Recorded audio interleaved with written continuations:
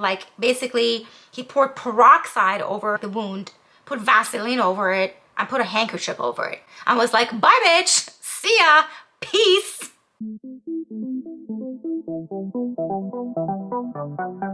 Hey guys, it's Ellie. Welcome back to the channel. I hope you guys are doing well. Happy Monday. I hope that you guys had a wonderful Mother's Day if you're a mommy. And if you guys are here for the first time, my name is EllieArket. I'm the founder of EllieArket Cosmetics. Everything I use in my videos are 90% my own products. If you guys are interested in my products, I'll put in the description box down below what I'm using. And also my website is EllieArketShop.com. If you guys want to purchase it, everything is vegan, organic, cruelty-free. My skincare is amazing and my makeup is amazing. Check it out. And the other products that I'll be using, if it's online, I'll just put it in the description box down below. On this channel, I like to sit down, do my makeup. As of today, a true crime case. At the same time, if you guys like content like that, give this video a like and consider subscribing.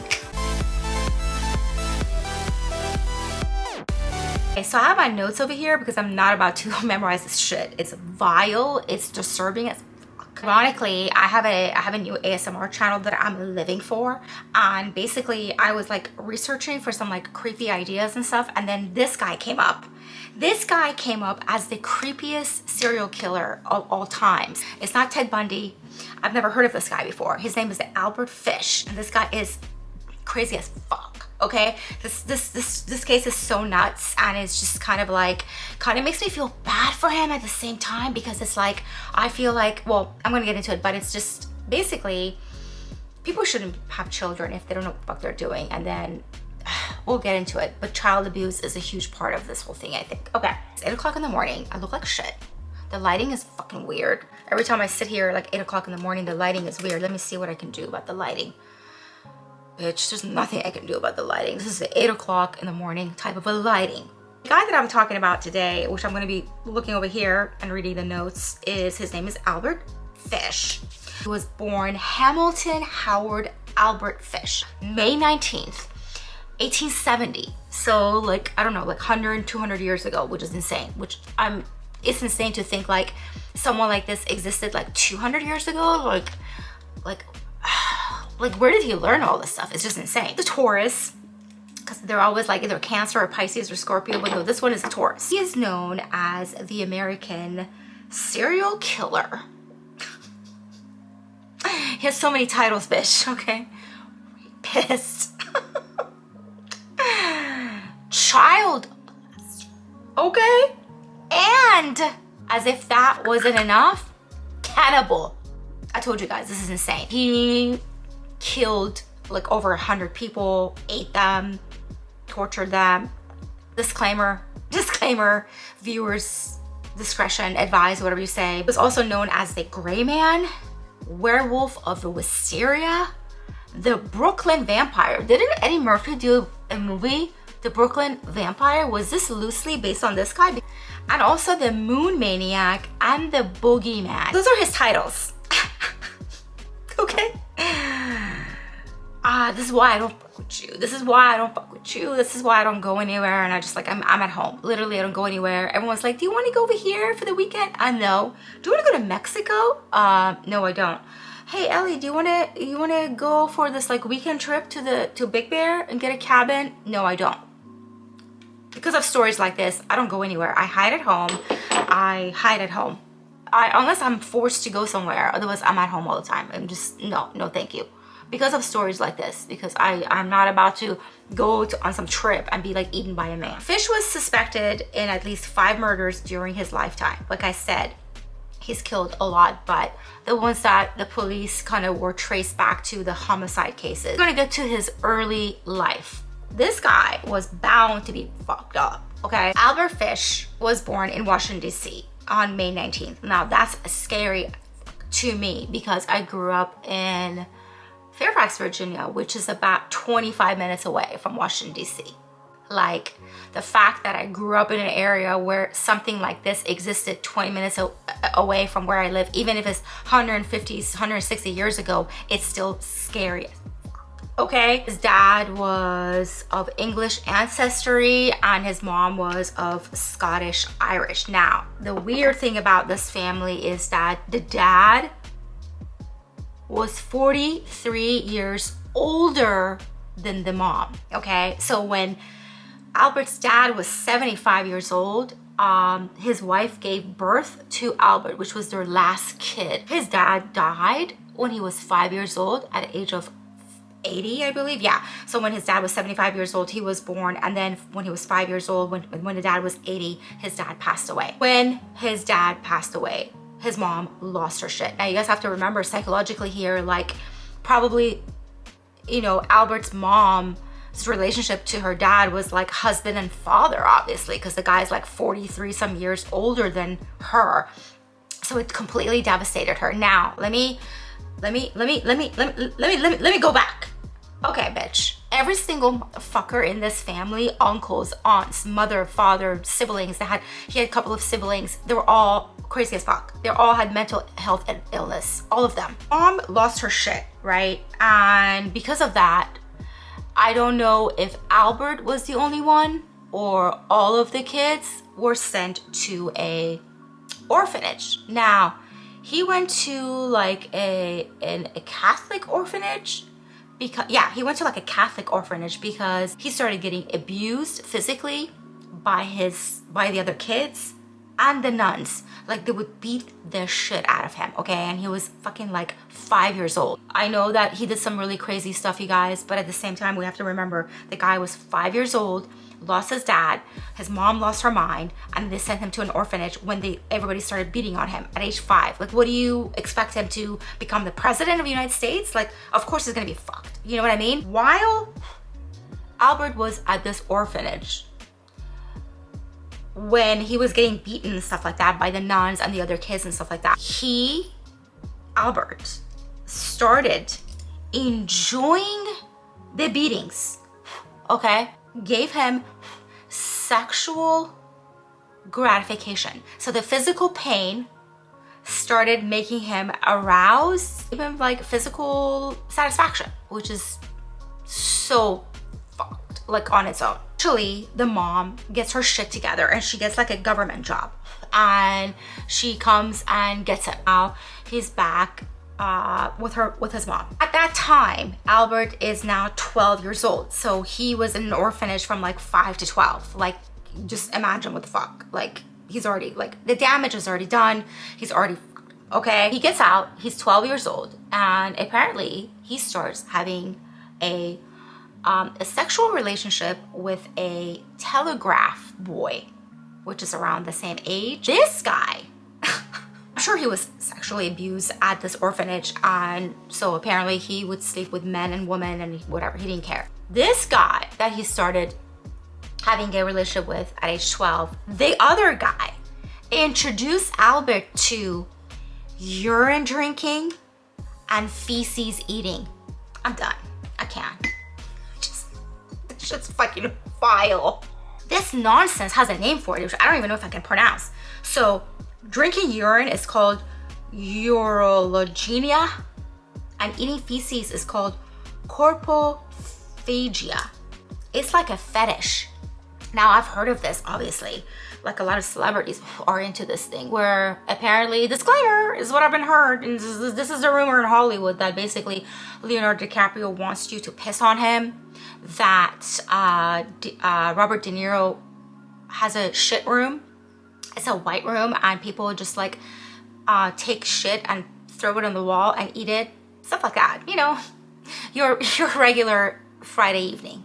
Okay, at Robert De Niro's house, apparently that's what they do. Anyways, so Albert and this guy started drinking urine and eating shit. Okay, so Albert started going to like bathhouses and watching men undress and stuff like that, and then he would go and find addresses of women that were just newly wed or something like that, and send them like obscene letters.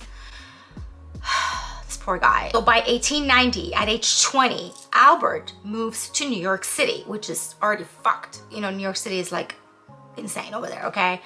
There he engages in male prostitution and began molesting and boys, mostly younger than 6 years old.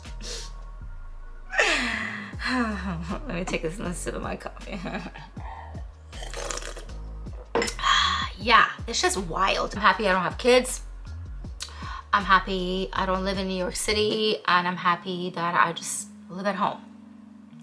Okay, let's continue. So in 1898, Fisher's mom arranged a marriage for him with a woman called Anna Mary Hoffman, who was 9 years older than him. Now, they had 6 fucking children. Like, the fact that Albert reproduced is scary as it's like the devil basically was like, here, let's just have babies. While he was married, or like throughout his life, like he was, like I said, was active, like, you know, sexually with men and women. And he was having an affair with a guy, and the guy took him to this like wax museum, and he began like this fascination with, I guess I can say this, penis. I just put my eyelashes down, and now we're gonna continue. He becomes fascinated with human penis, and then subsequently becomes obsessed with sexual mutilation. Sexual mutilation. Okay. 7 years later, around 1910, Fish was working at this place when he meets a 19-year-old man named Thomas Kitten. He took Kitten to where he was staying to start a sadomasochistic relationship. You guys know what that is? It's like torturing each other and stuff like that, but it's like sexually gratifying or whatever. It's been implied by Albert that basically this guy that he gets into this relationship with was intellectually disabled. For some time, he decides to take his lover, his new lover, sadomasochistic relationship. He takes this guy into a place, like a warehouse or whatever, ties him up, and cuts all of his off. This is what Albert had said, in quotes. I will never forget his scream, and I will never forget the way he looked at me. He probably looked at him like, the fuck, bitch, what you doing? My penis. I gotta read this part because it's fucking insane. It says he originally intended to kill this guy, cut up his body, take it home, but he feared that the hot weather would draw attention to him. So instead Albert poured peroxide over the wound, wrapped it in a Vaseline covered handkerchief, and left a $10 bill, like kissed him goodbye, and left it. He says, I took the first train I could to get back home, never heard what became of him or tried to find out, Fish said. Like, basically, he poured peroxide over his cut off penis, like the wound, put Vaseline over it, and put a handkerchief over it, and was like, bye bitch, see ya, peace. I'm enjoying myself way too much telling the story. I don't know if there's something fucking wrong with me, or it's just that I'm high on caffeine, but this shit is almost, as I'm reading this and I'm telling you guys, it almost doesn't feel real. Like this can't be possible. You know what I mean? Like, this can't be possible, but it is, and it happened. This is around the time that Albert starts enjoying mutilating himself. He started putting needles in his balls. Okay, I'm just gonna read it, okay? Hold on, guys. This is fucking wild. Okay, so it's about this time that Fish begins to indulge in self-harm by embedding needles into his groin and abdomen. After his arrest, x-rays revealed that Fish had at least 29 needles logged in his pelvic region. He also hit himself repeatedly with a nail-studded paddle and inserted wool doused with lighter fluid in his anus and set it alight.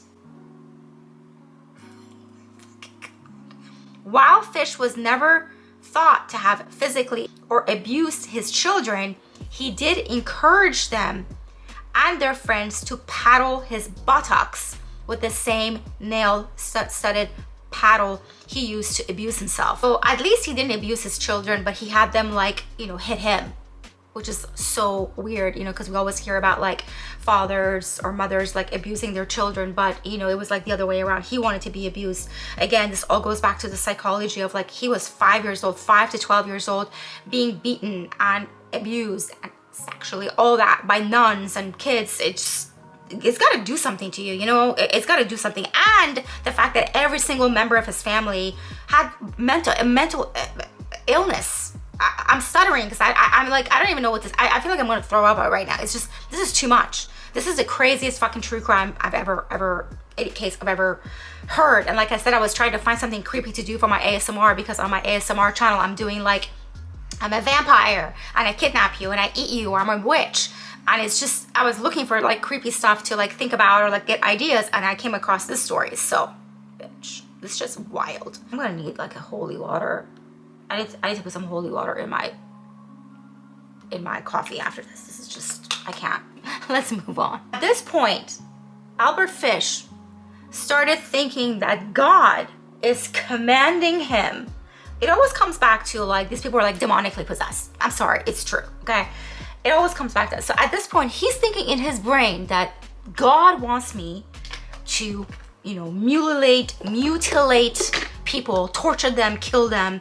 So he starts fantasizing about that. This is what he needs to do. Like God wants him to do it. I don't know why God and the devil always get dragged into this shit, but bitch, they do. Despite the fact that he was already married with like 6 and thousands of fucking kids already, he was like going to other states and marrying other people. And he had said in quotes, I have children in every state. Like I said, the fact that he reproduced is scary. He kidnaps a 10-year-old girl by the name of Grace Budd. He goes to the house. He was supposed to go to the house to kidnap like one of the boys or whatever, but when he goes there and he sees the girl and she's 10, he says, oh, I have to return. I'm going to like my niece's, you know, birthday party. Why don't you let your daughter come with me? It's going to be really, really fun, and I'll bring her back. And he kind of convinces the parents, which is nuts, to let their 10-year-old daughter go with him to this like fake niece's birthday party. He takes Grace to an abandoned warehouse. He then murders this 10-year-old girl. And if that's not bad enough, because she's only 10, and then he eats her.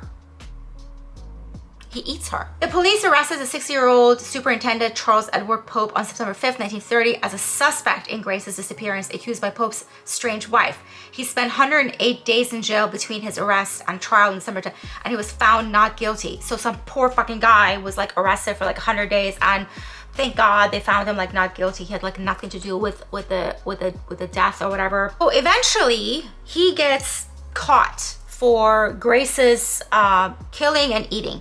So he gets arrested, a trial starts. We find out that this guy is the one that killed and ate Grace. November 16th, 1936, he was electrocuted. During the trial, he actually said when he was killing and strangling Grace Budd that he had 2 involuntary ejaculations.